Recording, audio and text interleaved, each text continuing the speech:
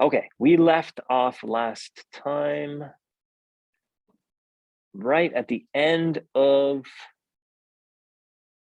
this example. So we did this example on Gauss's law, the thin spherical shell, and we just got to electric scalar potential, which is a fancy way of just saying voltage. All right, so I'm going to go kind of back and forth between saying potential, electric potential, maybe scalar potential, maybe voltage. All those things I'm referring to the same thing. Okay. So you're used to talking about voltage in terms of circuits, right? We're going to make it more generic. Like we're also going to make Ohm's law more generic in a minute as well. And so circuits is kind of like a special case of things. So voltage potential, you know what it is between 2 points in a circuit, even though you often refer to, oh, the voltage at that node is 5 volts. Really what you're saying is it's 5 volts relative to ground, right? Or your reference point. And so really the voltage is always between 2 points. Even if you don't say it is, it really is, because you need that reference, right? Whether it's ground or whatever. Units of voltage, volts. What's a volt? What if you break down a volt? You remember what's in a volt? That's going back a ways, probably. It's a joule per coulomb. Joule per coulomb. Joule is work, right? Joule is work. Think back to physics. Coulomb is charge. Work per charge. Okay. And then if you go, just to kind of lay out the path here, if you go, well, what's work? You remember what you often did in physics when you wanted to calculate work? Force times distance, right?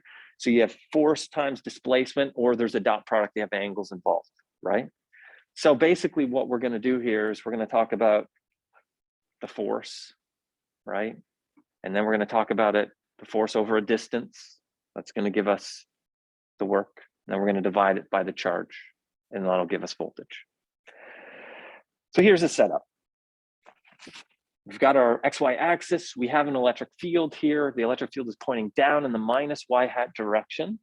Has some magnitude E. That's just a number. We don't know what it is. All right. It's pointing down. We have this point charge Q.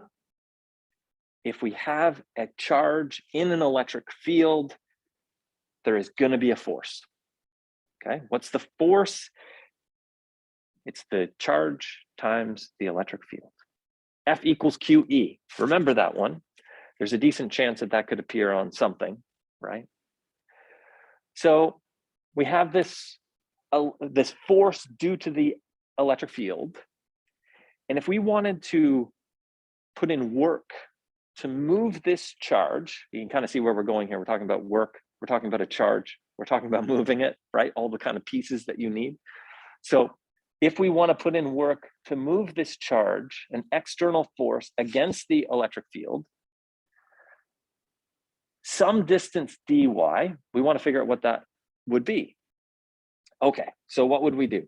We know the force, the Fe is due to this E field here, and we're applying an external force in the opposite direction. So the force that the charge is just going to experience in this field is just Q times E. And then we can say, well, we can know what our external force needs to be. We could say, well, the external force is the negative of the force due to the electric field. And you can say, well, why is that?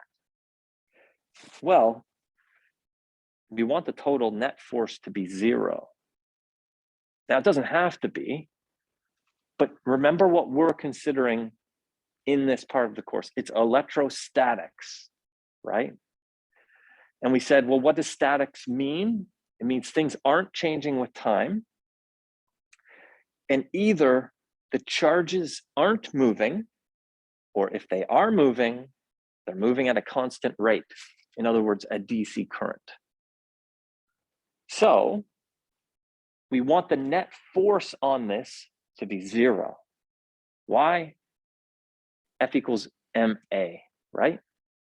Force equals mass times acceleration. So we want no acceleration. Why? Because if we had acceleration, we're breaking our electrostatic conditions, okay?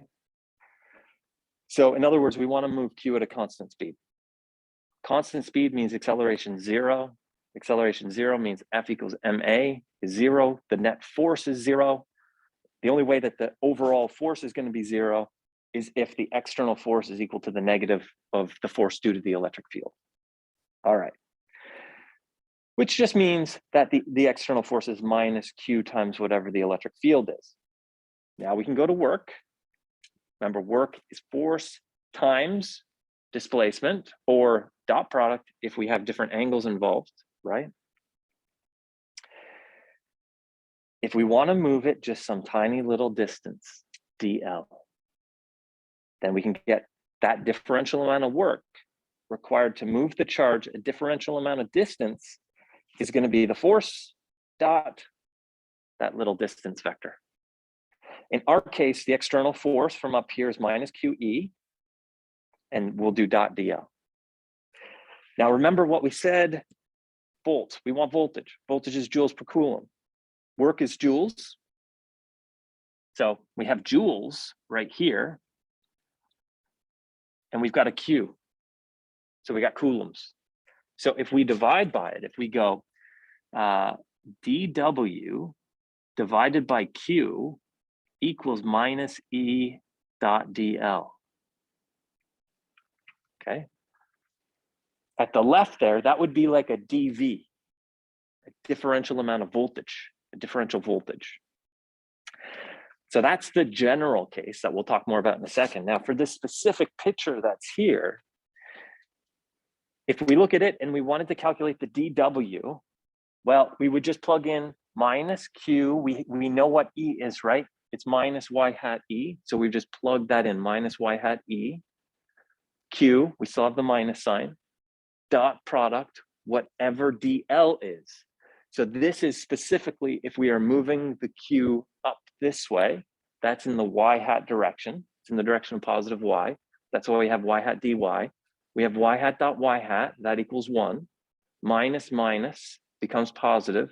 So we're left with Q E dy, right? So that's a differential amount of work. If we want the differential amount of voltage, for any generic case, then it's the one that we were just talking about. And we'll call that dV, okay? And that joules per coulomb, or what we're gonna use is just voltage, because that's what we normally use. Okay, when we got some dVs and dLs and stuff, you can kind of guess where we're going here. If we take the integral, if we want the voltage, like between P2 and P1, wherever those 2 points are, rather than in a circuit now, think free space, right? You could have a point charge somewhere in like free space. It's creating this electric field, and you want to figure out what the potential difference is between 2 points in free space, some distance away from that charge. So we would do the integral from P1 to P2. So that's the left-hand side. And then the right-hand side, the minus E dot dl, we have the same integral here, minus integral from P1 to P2 of E dot dl. This side is just going to turn into our overall voltage between 0.2 and 0.1. And this is how we're going to actually calculate what it is. So V2, V21.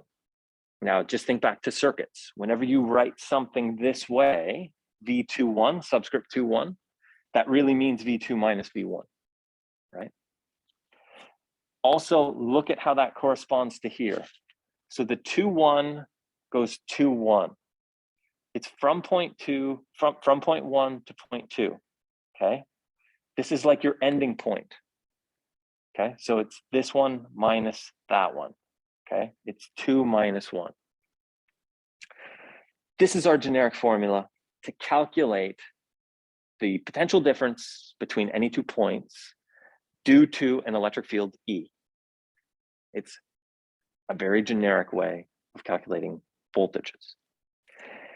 Okay, so you can see in this picture down at the bottom right, there's a P1, there's a P2, there's some, light blue E field that's going through the area. And then we've got these C1, C2, C3 paths, okay? it doesn't matter which path you take. All that matters is the endpoints, okay? So it's completely independent of the integration path. Normally, the path you're going to take is the simplest one. So we're going to do an example later where we have a point charge. And for that, the easiest one is to do the capital R hat, to just go in a straight line, right? But all that matters is the starting point and the ending point. And Kirchhoff's voltage law, you know what that means in terms of circuits from like 240 or equivalent. In terms of more generic, more general electromagnetics, what that means is if we go from P1 to P2 and then back to P1, and we could follow a different path if we wanted to, you can say, oh, I'm going to take path 1 from P1 to P2, and then maybe I take like C3 backwards to P1 or something like that. You get 0. The easiest way to think about that is your limits of integration. If you look up top right, your starting point and your ending point would be the same, right? And so think you do some integral. And what do you do after you calculate the antiderivative? You plug in the top limit of integration and you subtract it from the bottom limit of integration plugged in. If those two limits are the same, you're just subtracting the two things. They're equal to each other. So it's 0. And so this is the generic electromagnetic version of Kirchhoff's voltage law, okay? Note that here, because what we're talking about, see how we put that little circle there? It's because if we go in a complete loop, whatever that loop is, if we end at the same place we started, it is a closed contour, all right? So that's why we can write this, but the more generic case is up at the top right, where just the voltage difference between this point and this point, that's just the integral there at the top right, okay? All right, so that is called the conservative electric field. If it's a time varying function, that is no longer the case, but we are not dealing with that. If you go on to take 571, or maybe you're doing that section for the independent study, then you'll see that. 8 people, I think, still have not signed up for an independent study section. That's a little concerning for me. If you're one of those, just make sure you go in and you pick a section that no one else has picked yet, all right? All right, now back to what we were talking about before when I said, oh, you have some node in your circuit down the hallway on your breadboard and you use like a multimeter or something, and you say, oh, the voltage at this node is 5 volts, right? You really mean relative to ground, even if you just say it's 5 volts, right? It'd be nice if we could do the same thing, but in the kind of electromagnetic world, in the electric field, with the electric field. So the potential, what we're kind of saying when we call it ground, is we're saying, well, ground is at 0 potential, right? So rather than say it's always like 5 volts relative to ground, which is at 0, so it's really 5 minus 0 volts, right? So you just say it's 5 volts. If we want to do something equivalent with this, we need some point in, remember, we're talking 3D, free space, or any material. We need a point that has 0 potential, just like we have a ground in a circuit. And so what's used is basically P1 at infinity. We figure if you're infinitely far away from everything, then all the electric fields will be 0 there because they decay, they go down as you go away. If you go far enough away from everything, the electric fields will be 0, so the potential will be 0. And so all that we do is we change one of the limits of integration to infinity, because you're infinitely far away where the potential is 0. Just like in a circuit, your comparison is ground where the potential is 0. All right, so this is to calculate the potential at some point P. So it's like an absolute potential. It's not between point 1 and point 2. It's just saying, what is the potential at this one point? And implied within that is that it's relative to the potential at infinity, which is 0, just like the voltage at this node in your circuit is 5 volts, but that's really relative to ground, which is a potential of 0. Okay, so let's do it for a point charge. as an example, we want to do the electric potential from a point charge, the voltage, at some generic point in space. All right, so what's our formula here?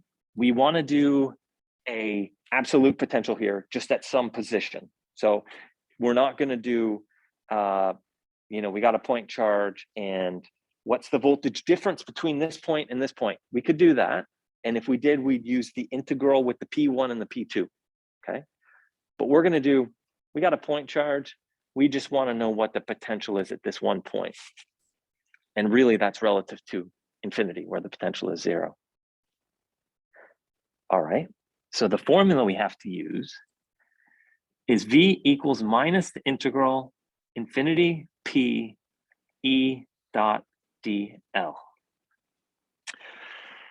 All right, so then you start working on this, right? You'd go, all right, we have P, we've got E, we've got dl. Probably want to start with E, that's an important one, right? We have to know what E is. We can't do it if we don't know what E is. Do we know what E is and how do we know it? Think about what I'm asking. What I'm really asking is, do we know what the electric field is due to a point charge? Yep, and how did we find that? I think I heard a Coulomb's law out there somewhere. Yep, we also did it last class with Gauss's law and we got the same thing. So in order to use this formula, you have to know what the electric field is. If you don't know what the electric field is, you can't do much with that, right? So you'd have to say, all right, I know what the electric field due to a point charge is, and that applies anywhere in free space due to, we know what it is due to 1 point charges, 2 or n point charges. So we said from Coulomb's law, let's assume it's like a positive point charge, right? So the field is going to point away in all directions. So it was in the r hat direction. That's how we wrote it. And Coulomb's law is Q divided by 4 pi epsilon r squared. Q is the magnitude of the charge. Okay, if it's a negative charge, then that negative goes basically in front of the r hat, so the fields point in. Okay, 4 pi epsilon. So epsilon is, as always, is epsilon naught times epsilon r, where epsilon naught is the free space value, 8.854 times 10 to the minus 12 farad per meter. And epsilon r is the relative permittivity that we've been talking about, I think, since day 1 of the class. Every material has its own epsilon r. In air, it's 1 or really close to 1. In outer space, it's exactly 1. That's kind of how it's defined to be in free space. In distilled water, it's 81. In Teflon, it's 2.1. In an FR4 substrate, it's in the mid 4s. Every material, you can look it up. It's got an epsilon r. So the epsilon, you take whatever that epsilon r is for the particular material where the fields exist and where the point charge exists, and you multiply it by that epsilon naught, the 8.854 times 10 to the minus 12. The r in the bottom is the distance away from the point charge. Okay. All right, so what would we do next here? Well, we need a DL. Okay. We need a DL. And so we need to choose the kind of the path, the direction here. And the one that makes the most sense is just the r hat direction, right? Having an r hat here is also a good indication of that, right? So what are we really saying? When we say DL, we got a DL, the L has an arrow over top, so the L is a vector. We're doing an integration, so we're going from one point to another, right? It just so happens that the first point is infinitely far away. So we're going infinitely far away to some point P. Infinitely far away, I mean, I guess you could kind of go in any direction, you could take any kind of path, but if you imagine infinitely far away directly to some point P, you could think about that being in the r hat direction, right? Which is good because then we're going to do an E dot dl, so then we'd have an r hat dot an r hat. Okay, so we can say our dl is going to be r hat, and if we go along that radial direction, it'll be dr. All right, so at this point, we can just say, we can just plug stuff in, basically. We can say v equals minus the integral from infinity to, I'll switch the p to an r. You could keep it as p if you want to, but if you think about what r is the distance away from the point charge, right? We're considering the point charge to be at the origin.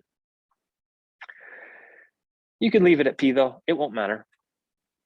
So infinity to r, we've got to plug in our e because we got to do e dot dl, right? So I'll plug this in, r hat q divided by 4 pi epsilon r squared. We're doing the dot product with dl, and our dl is r hat dr, okay? Now we have an r hat dot an r hat, which gives us, great. Now you can always think about what we talked about before and say, what are we integrating? What's our integration variable? And it's going to be r because we're going with dr, right? And so then you can just go through each one and say, does q depend on r? Q is q. It doesn't change. It's a constant. It's just how many coulombs is the charge. 4 pi is clearly a constant that doesn't depend on r. Epsilon, we're dealing with basic materials that don't change. So epsilon doesn't change. So q divided by 4 pi epsilon can all come outside of the integral. And your entire integral just becomes the integral of 1 over r squared. So what's the, anyone remember what the integral is of 1 over r squared, or r to the minus 2? Yep, negative r to the negative 1, or negative 1 over r. You could take that negative and get rid of it with that negative, right? So now we don't have to worry about the negatives. Then you plug in your top limit of integration. Remember, we have 1 over r. Plug in our top limit of integration minus the bottom limit of integration. When we plug in that bottom limit of integration, what do we get from that one? It's 1 over r, and we got to plug in infinity. So it's 1 over infinity at 0. So all that we're left with is our constants, which were pulled outside of the integral, and r. The units of this are going to be volts. And we could make it a little more generic and say, if Q is at a location other than the origin. So as I said, that top one kind of just implied that it was at the origin, and we were calculating what the field or what the voltage is a distance r away from the origin. If Q is at a location other than the origin,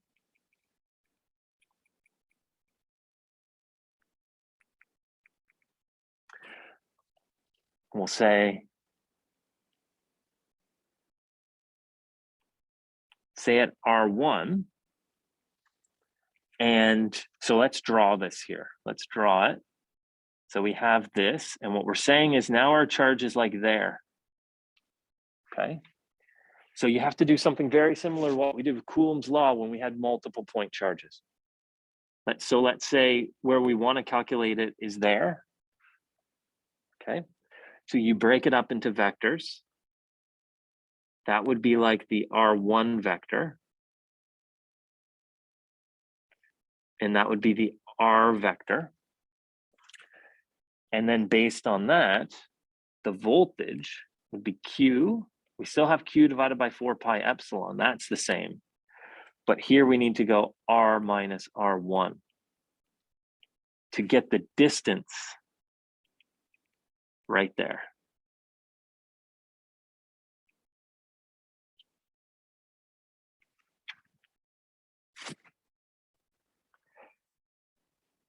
All right. So basically what we just did is figure out what the potential is due to a single point charge that could be at the origin or not at the origin. And if we do it for a single point charge, we can do it for more than one point charge. The principle of superposition applies to the voltage or the electric scalar potential, just like it did for the electric field. And so from that, we just need to put in the summation. We just do it one at a time. Okay, so don't get freaked out if you have a bunch of charges or anything. You just go, I'm just going to pretend I have this one and I'll calculate what it is for that one. And I'll just pretend I have that one. I'll calculate independently what it is for that one. And then you just add them all together. That's what the summation sign is. So this is for n charges. So you start at 1, go through charge 1, charge 2, charge 3. This is all a constant out front. And for each one, you're just figuring out what the distance is. Okay. Okay. And just like we've been doing, if we can do it for discrete individual charges, we can do it for continuous charge distributions. All right. Okay, so if we have some charge distribution, remember we did this before Coulomb's law, right? It's exactly the same. It perfectly parallels Coulomb's law, where we started with a single point charge, then we went to 2, then we went to n. Then we said we can have a charge distribution and figure out what the electric field is due to this distribution of charges. And how could those charges be distributed?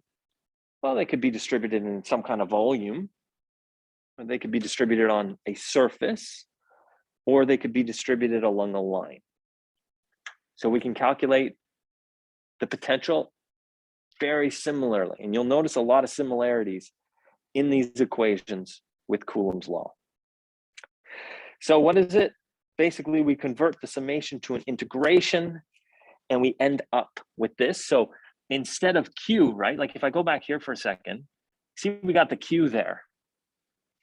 But what we have to deal with if we're dealing with continuous charge distributions, well, we need, instead of just a Q, because that Q is just for a point charge, we need to include what the charge distribution is, which means the rho. We have a rho V, that's the volume charge distribution. We have a rho S, surface charge distribution, and a rho L, line charge distribution. To get the total charge, well, we have to multiply those. Think of it in terms of the units, if you like rho V is coulombs per meter cubed, right? So if we want to get a charge like the Q here, we need to multiply coulombs per meter cubed by meters cubed. So those cancel out and we're left with coulombs. So that's why we replace the QI with either rho V dV, rho S ds, or rho L dl, exactly like we did with Coulomb's law. So this is what we have. All of them have 1/4 pi epsilon out front. All you need to do is ask yourself, is this a line, is this a surface, is this a volume, right? Line, surface, volume, dl, ds, dv. All of them have r prime, r prime, r prime. It's just rho L, coulombs per meter, rho S, coulombs per meter squared, rho V, coulombs per meter cubed. It's how the charges are distributed on the thing. All right, our last way of calculating electric field. What we just did was we said, we can calculate the voltage if we know the electric field. We can also calculate the voltage if maybe we don't know the electric field, but we do know something about the charge distribution. Here, if you look at that, dV equals minus E dot dl. That's what we had at the beginning, where then we took an integral of both sides, right? And that gave us our overall voltage, like V21 from point 1 to point 2. But this is what we had for dV. It was just minus E dot dl. But if you think way back to when we started after midterm 1, we talked about the gradient. And after we introduced the gradient, we talked about the temperature in the room between different points and that sort of thing. We said, well, you can do something called a directional derivative, right? Figure out how it's changing in a particular direction. And what I said was, if you had the temperature throughout the room and you calculated the gradient at some point, it's going to tell you what direction the temperature changes most rapidly and how quickly it's changing. And then we said, well, what if you didn't care about what the maximum is? And you were just like, I want to know how the temperature is changing in this direction. We did the dot product with the vector in that direction.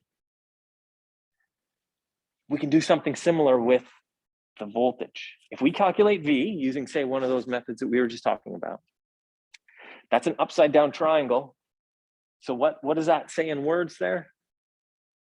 The gradient of the electrostatic potential or electric scalar potential dot dl, that is equal to dV, the change of voltage along that dl. Compare those two equations, right?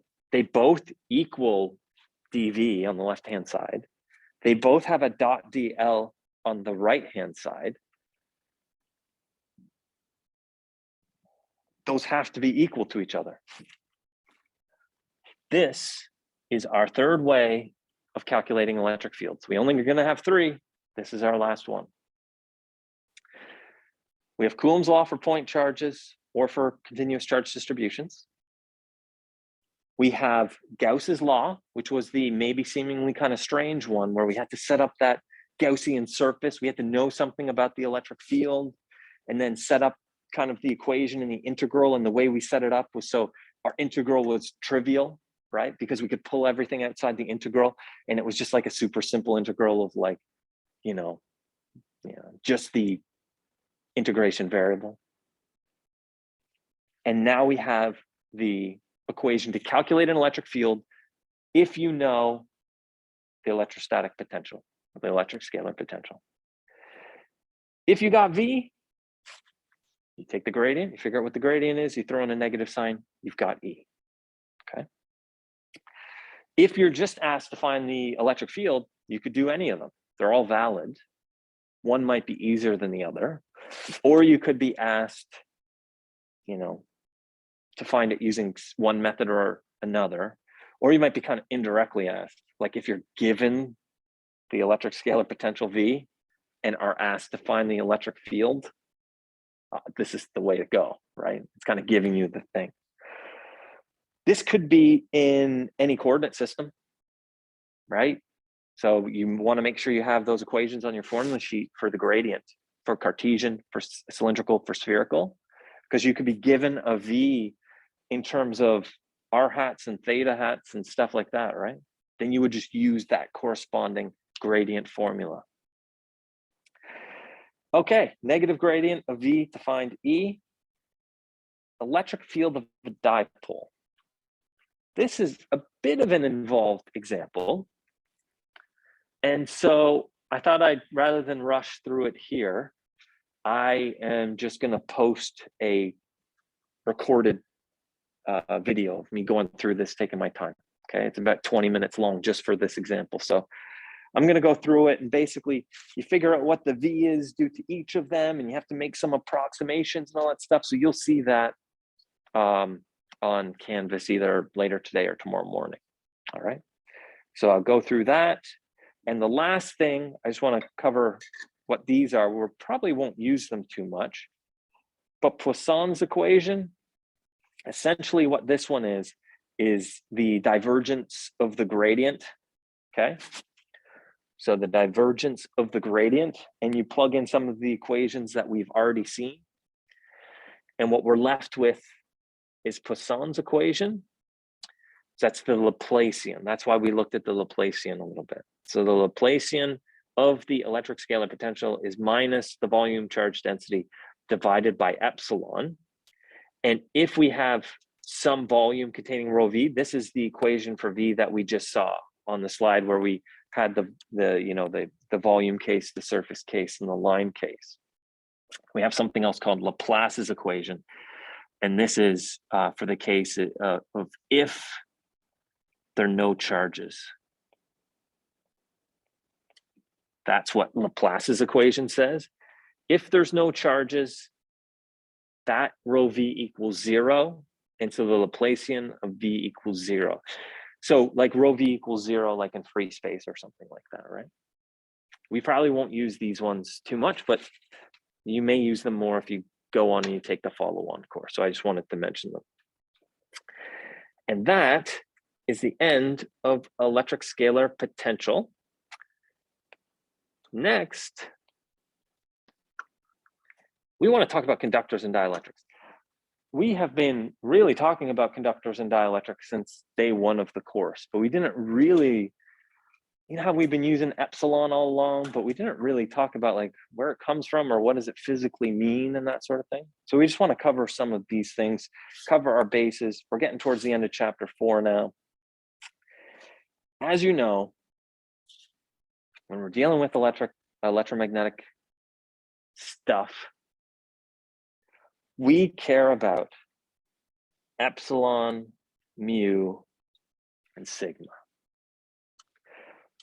And this is true in general. I mean, even if you go on and you do very advanced things in electromagnetics, you design antennas, you're simulating full 3D electromagnetic simulations in a certain material, really, you just need to tell the simulator, which is really just going to solve Maxwell's equations numerically. You just need to tell it what the material has for its epsilon, its mu, and its sigma. That's pretty much it. For other things, obviously, there's all kinds of different material properties, but for the electromagnetic world, it's kind of simple. It's just these ones. Now, we are dealing with the simple, but not, that unusual case where the material is homogeneous. It doesn't change from point to point, okay?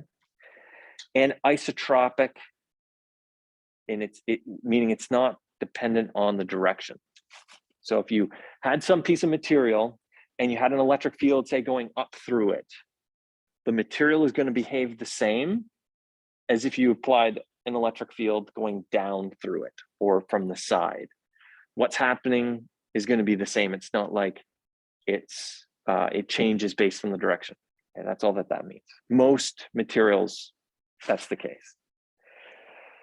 So we are all only going to assume homogeneous and isotropic, which is kind of what we've been assuming all along anyway.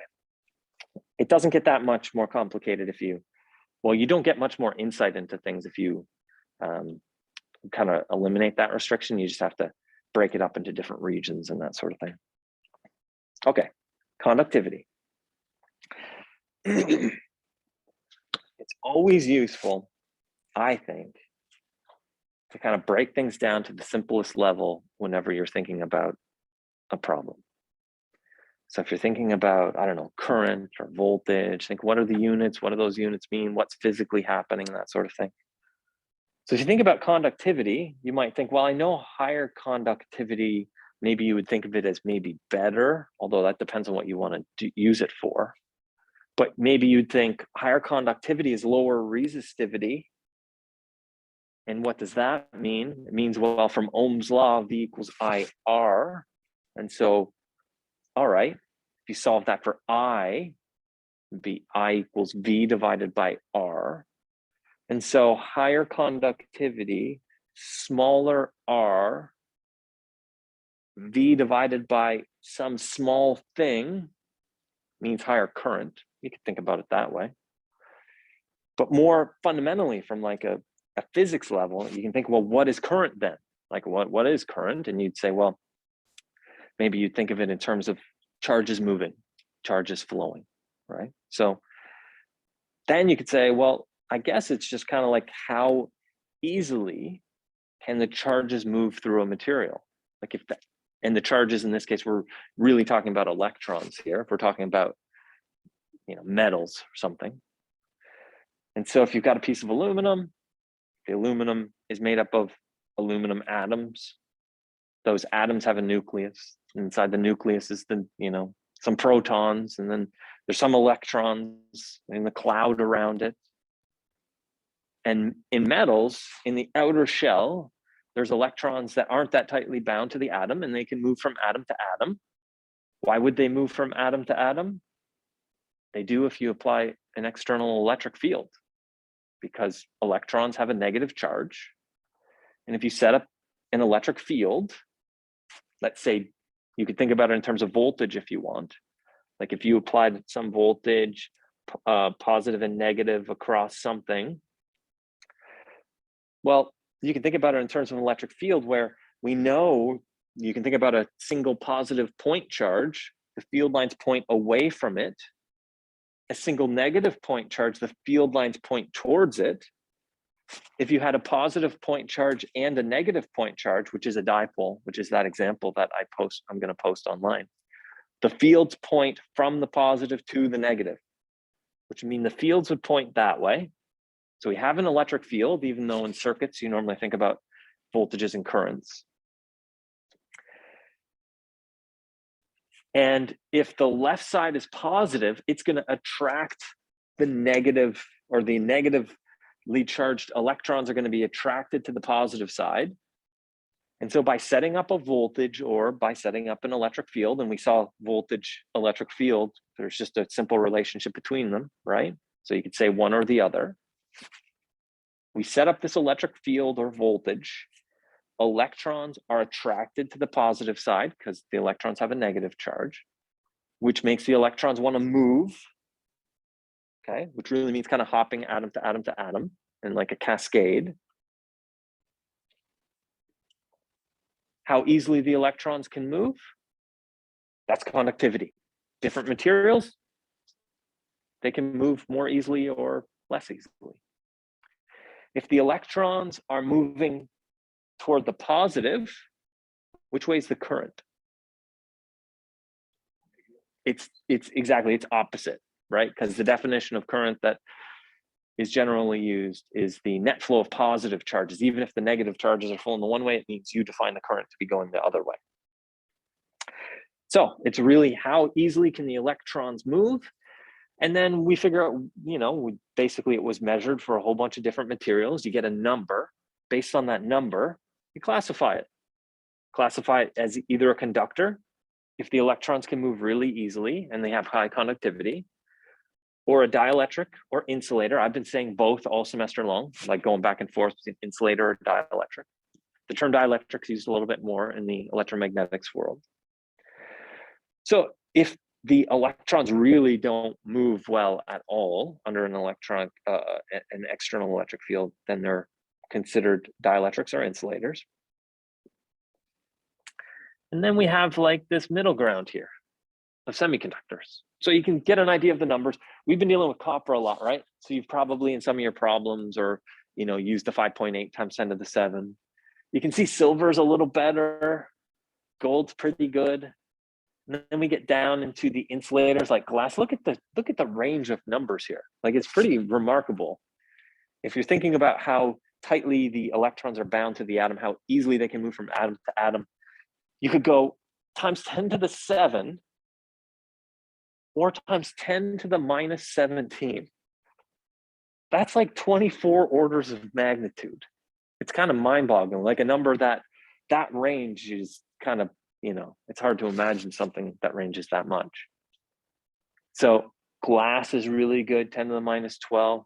So these are insulators. You won't be able to get much of a current through these things, right? Okay. Sometimes we talk about a perfect conductor, especially if you go on and you work on, more electromagnetic stuff. You design antennas. Often when you're simulating an antenna to keep the simulations simpler, take less time, often you will use a perfect conductor. What's usually called PEC, a perfect electrical conductor. That means sigma equals infinity. And the difference between that and times 10 to the 7, that's 58 million for copper, right? So 58 million is a pretty big number. And so you won't see a huge difference in most cases between whether you assumed infinity or you use 58 million, okay? Perfect dielectric, we've seen this before when we did the first part of the class. We're dealing with maybe a coaxial cable. Remember our dielectric? We had a sigma in all those equations. That sigma is the conductivity of the dielectric.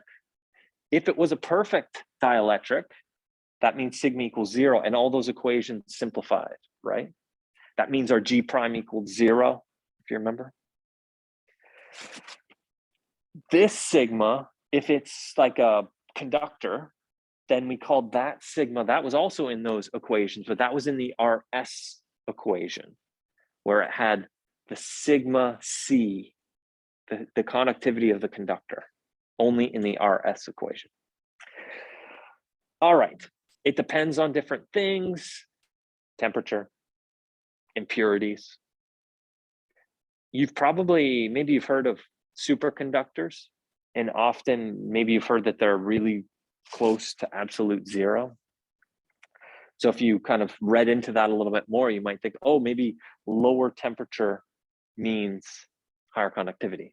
And that's generally the case. So most superconductors are close to absolute zero. And so if we're talking about conduction current, which is the type of current you think about with your circuits, that's the one like when the electrons are hopping from atom to atom, not the convection current that we talked about before. This is our generic version of Ohm's law. So let's make some sense out of this, okay? When you think of Ohm's law, you probably, if you're like me, you think V equals IR, right? Maybe you have it memorized as I equals V over R, whatever, it's fine. Okay, let's rearrange it for I. I equals V divided by R. Okay. We don't normally do this, but if you wanted to, instead of talking about the resistance R, you could talk about the conductance being 1 over R, and maybe we could call that G or something like that. Like G equals 1 over R. And then we could say, all right then, I equals G times V. The units would be amps equals Siemens volts. Now let's look at this new, more generic version of Ohm's law. What are the units of J? What is J and what are its units? Yes, current density. It's one of the ones in Maxwell's equations. It's in the bottom equation, which is called Ampere's law, which we'll probably see next week or in our last class. Units. Think of the words themselves. That gives you a hint. Current density. Yes, so the only way you could go wrong there, current, you're probably good to guess amps. Density, you know it's going to be per something. It's per meter squared. You might think it's meter cubed or something like that, but it's meter squared. So this is amps per meter squared, kind of like how in our circuit version, we're not dealing with meters normally in circuits, right? But we have to when we're dealing with something potentially in free space. Sigma, well, we just talked about sigma, Siemens per meter, rather than just S per meter. What are the units of electric field?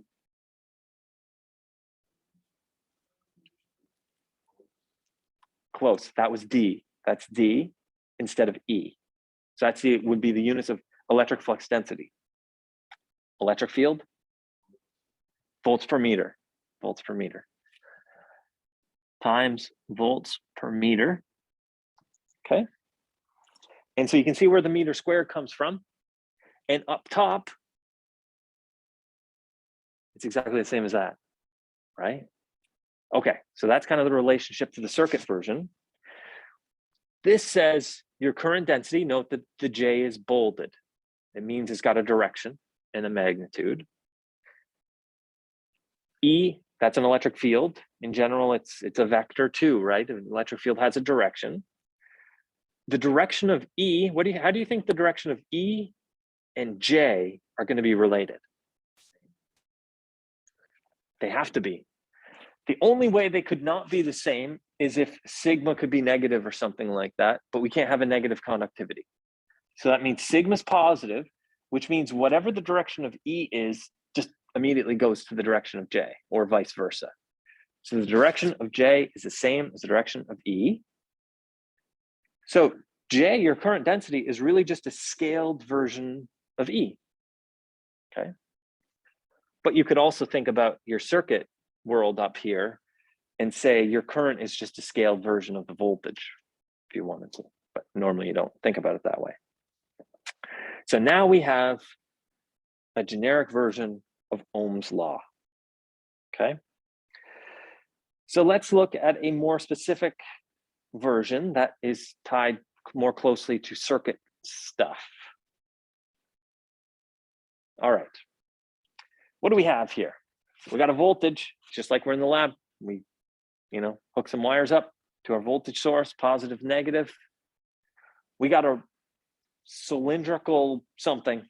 Imagine you had like a mystery cylindrical structure and you hooked up your voltage source to each side of this thing. So that's really what we're trying to show here. DC, right? We're in electrostatics. We can't be doing AC stuff, just DC. It's just a battery. We set our voltage source to 5 volts DC or something like that. Positive side is here. That means the positive side is 1 and the negative side is 2. From what we talked about before, electric fields go from positive to negative. So they are going to the right. If you notice up at the top right, that means they are in the X hat direction. Okay. What did we just say about the direction of the J and the E? We said they had to be the same. So look, J is in the same direction as E, which comes right from our more generic version of Ohm's law. All right. If we want to figure out what V is in terms of the electric field, we can use the equation we saw at the beginning. V1, V2. We don't have ground or anything like that. We really just want to figure out what's the voltage difference between 0.1 and 0.2. Okay, if we want V12, remember what that means. It means this one minus that one, which also corresponds the way the V is defined. That corresponds with V12, right? V12 is V1 minus V2. If we want V1 minus V2, then the limits of integration go 0.1, 0.2. Okay, that corresponds to V1 and V2. This is X1 at this end, X2 at that end. That's why it's X1, X2. That corresponds to V1 and V2, which corresponds to the way that this voltage source is connected. Okay. Any questions about any of this setup before we go any further? All right, well, then at this point, you're just basically using the formula directly. You wanted to get an equation for V. It's between 2 points. It's not an absolute. You're just applying the voltage between the 2 ends of this cylinder. V1, V2. They called those the voltage at V1, X1. That's its position. V2 is at X2. Then that comes directly from the formula, this here. E, we said E has to be in the X direction. Again, the only way we knew that is because our positive end of the voltage is here, the negative end is here. Electric fields point from positive to negative based on the way that the coordinate system is defined. That means it's in the positive X direction, which means it's X hat. That's where that X hat comes from. EX just means it's some magnitude. It's any magnitude, but it only has an X component. It's only the X. You could have even left off that X if you wanted to. It's just to emphasize that the E is in the X direction. Okay, dot DL. So we have to figure out what DL is. We always got to figure out what DL is. And so we're going this direction, right? Because we're integrating from X2 to X1. So you would just look at your coordinate system and say that's directly along X. So it's in the X hat direction and some DL if you wanted to. If you broke it up and down, you could have also used DX. DX is what we more normally would use. X hat dot X hat, 1, right? EX does not depend on where you are in here. It's a uniform field from one point to the other. And so when you do this integral, it's just the integral of dl, okay? The integral of dl is L, or x if you use dx instead. You'd plug in your one limit of integration, x1 minus x2, so it'd be this one minus that one, which would actually give you a negative number. Because if you think x is growing this way, so this could be some point like 4, and this could be some point like 1. So that would give you a negative number, but we have a negative out front, which flips it around. So at the end of the day, the EX just comes through, and we have, once we do the integral of dl, it's L. We have x1 minus x2, but we have to flip the whole sign of the whole thing, which gives us x2 minus x1, which is defined to be the length of the cylinder. All of that to come up with a super simple equation that just says V equals EX times L. V is in volts. E is in volts per meter. L is a length in meters. So if you have some electric field, volts per meter, if you want to get the total voltage, it's just that volts per meter times the meters. Yeah. Will it always work out like that if it's uniform, if it's an electric field this simple? Yes. If it's linear like this, And the shape is uniform. Yeah, it doesn't have to be a cylinder necessarily, but the, yep. It just breaks down to the, exactly. Yep. Okay. So that was voltage. Let's talk about current. You might remember this one. This was either last week or the end of the week before. This is when we talked about that case where we had that volume and we were talking about charges flowing through it, and we had the direction of our cross-sectional surface. We ended up with a dot product and said, if we want to calculate the total current going through a surface, I, then we would do the integral of J dot ds over the cross-sectional area that we want to know how much current is going through. Okay, so we can apply this. J equals sigma E. This is our version of Ohm's law. J equals sigma E. So we can just substitute that right there. All right, so sigma, that's a constant. The direction of S, you got to think about that, right? Because the ds is there, the S is bolded. So what's implied here is that we're taking a cross section kind of like right into the board, so that the normal, because we always talk about, whenever we talk about a surface area having a direction, it's always normal to the surface. So if we slice this into the board, the normal to that surface is in the x hat direction. So then from the E, we're going to have an x hat, and from the S, we're going to have an x hat. So we'll have an x hat dot an x hat. So they go away.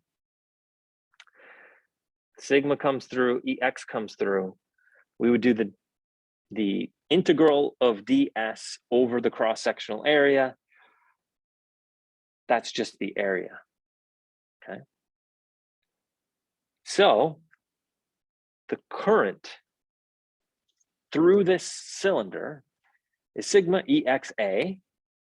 And then if you used your regular version of Ohm's law from your circuits classes, you can just do, well, V equals IR, right? So if you solve that for R, it would just be V divided by I, which would be this one divided by that one. The EXs would cancel out, which makes sense if you think about it, because hopefully the resistance of your material doesn't change based on the electric field that you apply, right? If you change the if you change the voltage or the electric field, that would make things pretty complicated if that changed the resistance of the material. It'd be like going into the lab, you set your voltage source to 5 volts, and you have some material, you measure the resistance of that material, right? Maybe you have a mystery resistor, right?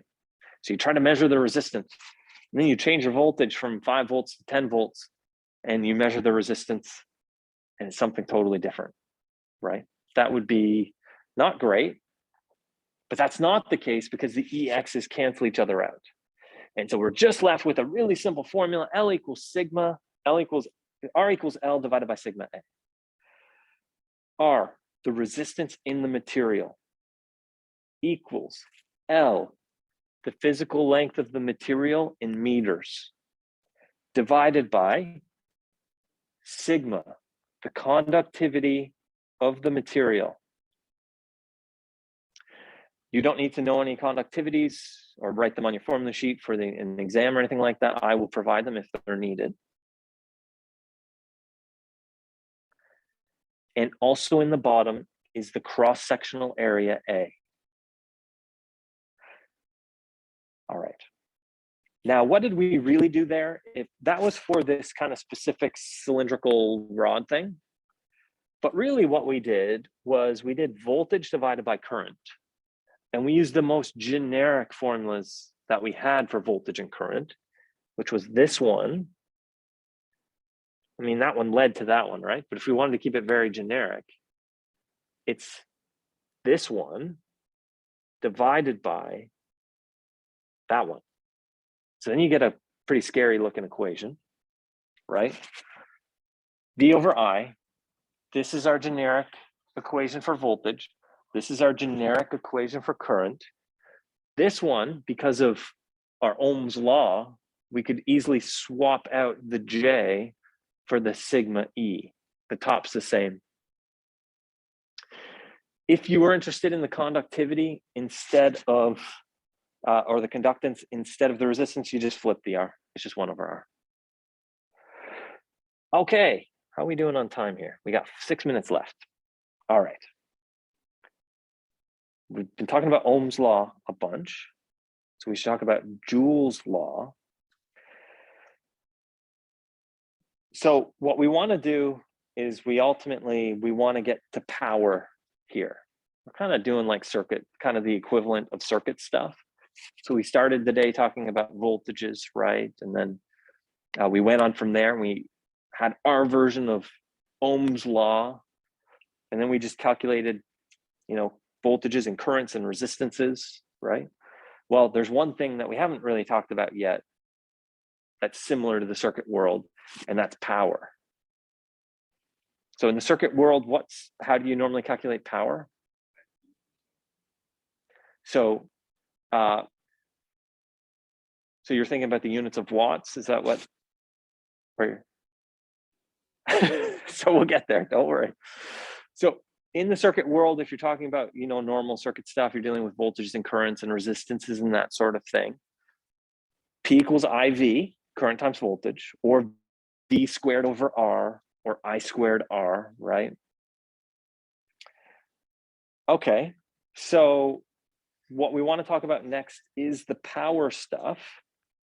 And then we've kind of covered everything that we want to cover to do with this. So we've got Joule's law.